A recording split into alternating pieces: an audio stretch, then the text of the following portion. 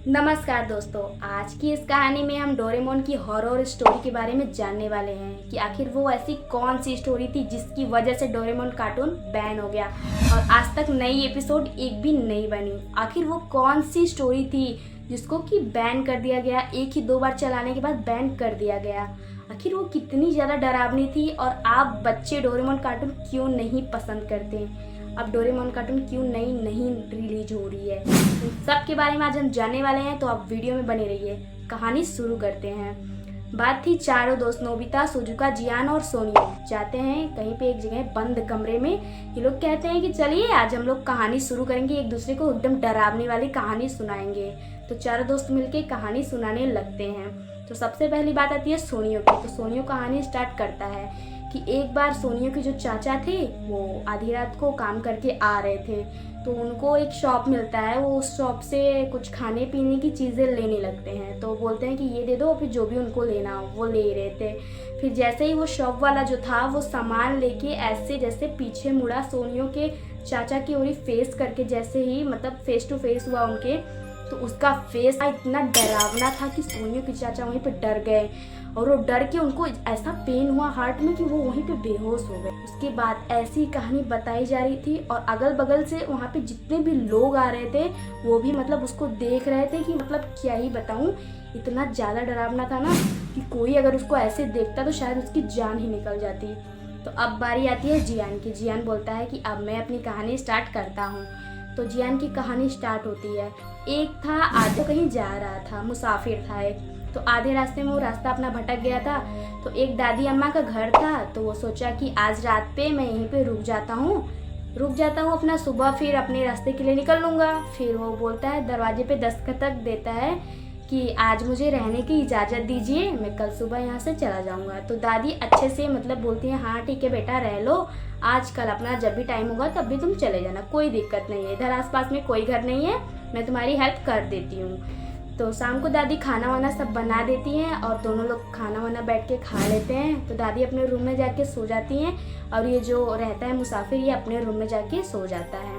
तो रात को इसको क्या सुनाई देता है कि जैसे किसी ने चाकू से ऐसे चाकू पे धार लगाई हो, ऐसे उसको ये सुनाई देता है। तो उसने सोचा कि रात के टाइम 1-2 बजे के टाइम ऐसा कौन ही करेगा कि चाकू पे धार लगाए।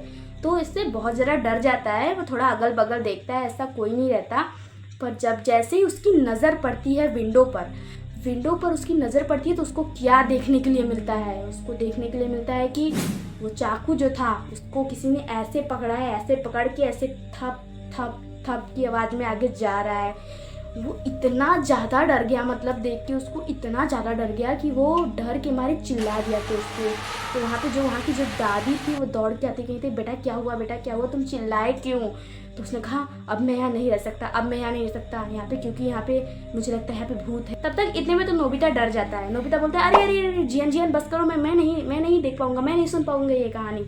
इतना ज़्यादा नोबिता डर जाता है। अब बात आती है सुजुका की। तो सुजुका अपनी कहानी स्टार्ट करती है। पे बाग बगीचा था, वहाँ पे सब लोग रह रहे थे। वहाँ पे एक नौकरानी काम करती थी, मतलब बहुत बड़ी हवेली थी, तो वहाँ पे नौकरानियाँ रहती थी, काम कर रही थी। तो गलती से उस नौकरानी से एक दिन एक प्लेट टूट जाता है। तो उसका जो मालिक था, उसके पूरे हॉल का मालिक जो था, वो बोलता है, अरे तुमने मेरा इतना महंगा कीमती प्लेट तोड़ दिया, तुम्हें सजा मिलेगी। तो सजा में उस नौकरानी को काट करके कुएं में फेंक दिया जाता है, बगल के ही कुएं में उसको फेंक दिया जाता है। तो उसी दिन से, उसी रात से रोज वो औरत जो थी नौकरानी निकल के बोलती थी, मैं एक और प्लेट तोड़ूंगी। इतनी ज़्यादा डरावनी और इतनी ज़्यादा क्रीपी आवाज़ में बोलती थी ना कि अगल बगल जो भी रहता था ना वो एकदम डर जाता था, थर कांपने लगता था। हर रात को एक इंसान को मारती थी और रोज एक प्लेट तोड़ती थी हो जाती है। अब बारी आती है नोबिता की। तो नोबिता क्या कहानी सुनाता है? नोबिता ने बताया, एक बार की बात है, उसने एक लैंप पहली बार चालू किया, जो कि लैंप डोरेमोन ने उसको दिया था कि ये लेके जाना, तो जब कहानी सुनाने लगना तो इस लैंप को जला देना, जो भी तुम बोलोगे वो रियल होगा, तो मतलब सब लोग डर जाएंगे। लेकिन उन लोगों को उसको इतना भी नहीं पता था कि ये सच में इतना ज़्यादा डरावना, इतना ज़्यादा हॉररफिक होगा ना कि सब लोग एकदम डर जाएंगे। तो कहानी नोबिता की स्टार्ट होती है। उस नोबिता ने कहा पहले कि उन्हीं लोगों की कहानी घुमा फिरा के स्टार्ट कर रहा था। तो उसने पहले कहा कि थप थप थप की आवाज़ आने लगी, जो कि उसकी सुजुका की जियान की कहानी में से उसने लिया था। और सच में लिटरली मैं बता रही हूँ, उसी टाइम थप थप की दरवाजे के पीछे से आवाज़ आती जैसे कि कोई चल रहा हो। फिर उसने कहा कि एक छुरे को धार लगाने की आवाज़ आ रही थी, और सच में उस छुरे में धार आने की आवाज़ लग रही थी ऐसे ही, मतलब जैसा जैसा वो बोल रहा था एकदम वैसा वैसा हो रहा था। फिर उसने कहा कि जैसे कि मानो की आत्मा निकल के पूरे यहाँ पे रूम में इधर उधर घूमने लगी हो, और सच में जो कैंडल जल रहा था वो बुझ जाता है, और ऐसा लगता है पूरे कमरे में जैसे ऐसा लगता है कोई तोड़ फोड़ कर रहा है, एकदम तेज तेज हवाएं चलने लगती हैं। सारे दोस्त इतना डर जाते हैं कि उन लोगों ने सोचा भी नहीं था कि नोबिता भी इतनी डरावनी कहानी सुना सकता है।